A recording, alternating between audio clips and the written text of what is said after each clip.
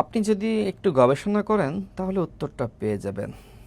ইবনে সিনা, ইসলামী bank হাসপাতাল, সেখানে যদি খোঁজ নেন তাহলে উত্তর পাবেন যে শিবির না করলে আর জামাত ইসলাম করে তার বাবা বা পরিবার এরকম যদি না করে থাকে সেক্ষেত্রে এই প্রতিষ্ঠানগুলোতে আসলে চাকরি দেওয়া হয় না। এই জন্য আমি বলেছি যে তারা যদি আপনার কখনো ক্ষমতায় যায়, বাংলাদেশে আওয়ামী লীগের থেকেও বেশি স্বৈরাচার এবং বড় ফ্যাসিস্ট হবে জামাত ইসলাম। দেখেন এই যে আমজনতা দলের তারেক রহমান, তিনি আমের ব্যবসা করেন যখন সিজন আসে।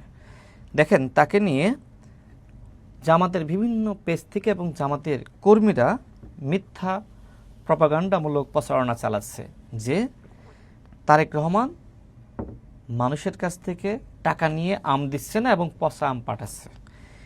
দ্য ডিসেন্ট যারা আসলে গবেষণামূলক কাজ করে তারা কিন্তু এইটা মানে অনুসন্ধান করে পেয়েছে এবং আমি সেটা শেয়ারও দিয়েছি। শেয়ার দিয়ে আমি সেখানে উল্লেখ করেছি যে একজন মানুষ কতটা অমানুষ হতে পারে। এই জন্যই আমি মাঝে মধ্যে বলি যে জামাত কখনো ক্ষমতায় গেলে আওয়ামী লীগ থেকে বড় ফ্যাসিস্ট হবে।